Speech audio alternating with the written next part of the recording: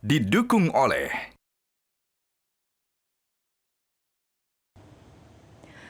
Pemirsa, Nahkoda Badan Gizi Nasional BGN kembali berganti setelah dijabat hanya 45 hari oleh Nani Sdeyang. Sekarang posisi Kepala BGN dijabat Sudaryono yang sebelumnya menjabat sebagai Wakil Menteri Pertanian. Ada apa di balik jabatan kilat Nani Sdeyang? Berikut ulasannya dalam Top Review. Tunggu apa lagi bersama Kata Oma.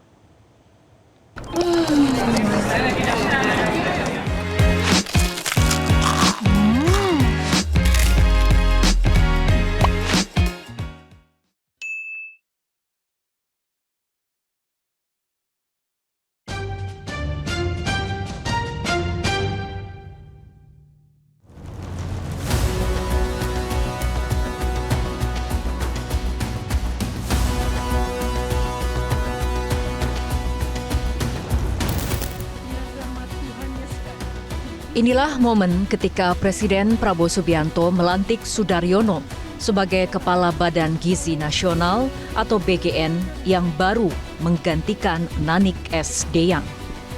Pelantikan dilakukan pada Rabu sore 22 Juli 2026 di Istana Negara Jakarta tanpa dihadiri Nani Sdeyang yang mengundurkan diri. Nani dilaporkan telah berpamitan langsung kepada Presiden Prabowo pada Rabu pagi hari sebelum bertolak ke luar negeri untuk menjalani pengobatan jantung. Publik pertama kali mengetahui kabar pengunduran diri Nani Sdeyang sebelum pelantikan pejabat baru melalui unggahan di akun Facebook pribadi miliknya pada Rabu pagi hari. Dalam unggahan tersebut, ia menuliskan surat terbuka mengenai alasannya pamit dari Presiden Prabowo untuk berobat ke luar negeri. Kepala BGN yang baru, Sudaryono, mengkonfirmasi bahwa Nanik mengundurkan diri karena masalah kesehatan. Ia pun mendoakan agar yang bersangkutan segera pulih. Saya ingin memberi apresiasi kepada Bu Nani Sdeyang dan juga mendoakan beliau yang saat ini atau kemarin barangkali Pak Media juga tahu bahwa Bu Nani mengundurkan diri karena alasan kesehatan. Jadi kita semua mari kita doakan beliau agar segera prima dan bisa kemudian seger waras seperti biasanya. Sementara itu, Partai Gerindra menegaskan pengunduran diri Nani dari jabatan Kepala Badan Gizi Nasional tidak berkaitan dengan kasus korupsi mantan Kepala BGN Dadan Hindayana CS. Ibu Nani kan sudah menyampaikan ya soal alasan kenapa beliau mengundurkan diri terkait soal sedang sakit terus kemudian ingin fokus melakukan pengobatan. Dalam rangka itu beliau menyampaikan ke Presiden kemudian mengundurkan diri, jadi tidak ada kaitan dengan urusan yang lain karena memang beliau ingin konsentrasi terhadap pengobatan beliau. Apa yang sudah dilakukan Nani Sdeyang selama 45 hari menjabat? Selama 45 hari itu, terjadi sejumlah peristiwa penting dan dinamika besar dalam program MBG. Di antaranya, menurut klaim Nanik, dirinya telah melakukan berbagai langkah reformasi, membongkar masalah internal, serta meletakkan fondasi perbaikan tata kelola di tubuh BGN, pasca kasus korupsi yang menjerat kepala sebelumnya. Periode jabatannya diwarnai gejolak karena program MBG terus menghadapi tantangan logistik. Selain itu, terjadi peristiwa Kejaksaan Agung menetapkan tersangka baru Brigjen Lalu Muhammad Iwan terkait kasus korupsi tata kelola MBG pada awal Juli 2026. Kepala BGN yang baru, Sudaryono, mengakui bahwa pembenahan tata kelola BGN akan menjadi perhatian serius. Ia mengakui ada sejumlah pelanggaran yang harus ditangani. Kami mengakui bahwa memang ada hal-hal yang memang harus diperbaiki, bahkan kita sendiri telah menyaksikan bahwa ada terjadi pelanggaran dari sisi tidak transparannya tata kelola, yang pada intinya ada satu persoalan di bidang tata kelola. Ini adalah PR besar yang tentu saja saya sebagai kepala dibantu oleh 2 wakil kepala dan seluruh jajaran BGN dan tentu saja didukung oleh semua jajaran kabinet, kementerian dan lembaga yang lain.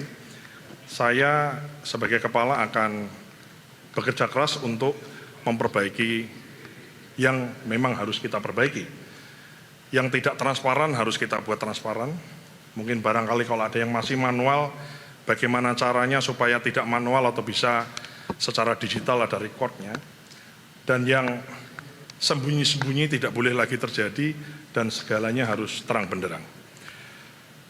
Ini adalah anggaran besar yang bersumber dari rakyat dan harus diperuntukkan untuk rakyat. Jadi ini adalah program dari rakyat untuk rakyat. Tentu saja setiap tetes rupiah yang dikeluarkan harus betul-betul sesuai dengan tujuan program. Jadi bukan hanya menyediakan makan, tapi menyediakan gizi yang sesuai, yang baik untuk anak-anak kita, ibu-ibu yang hamil, ibu-ibu yang menyusui, dan juga para lansia.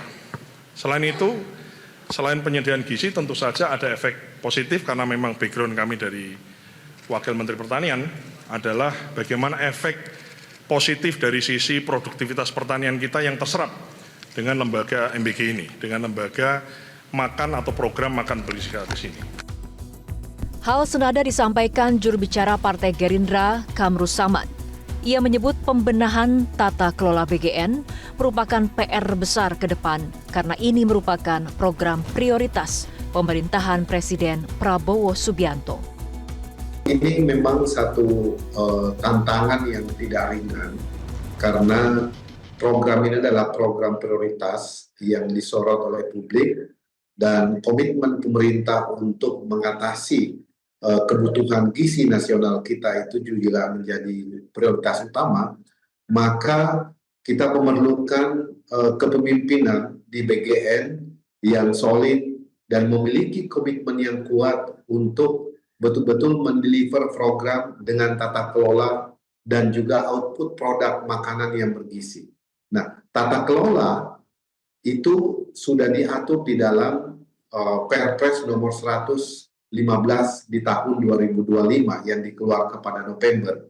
Ini kita mengingatkan kepada pimpinan BGN untuk menjadikan Perpres tersebut sebagai pedoman dalam pelaksanaan tata kelola program MBG. Publik menanti perbaikan tata kelola tersebut, sebab anggaran yang super besar program MBG sangat berpotensi mengalami kebocoran serius jika tanpa tata kelola yang baik.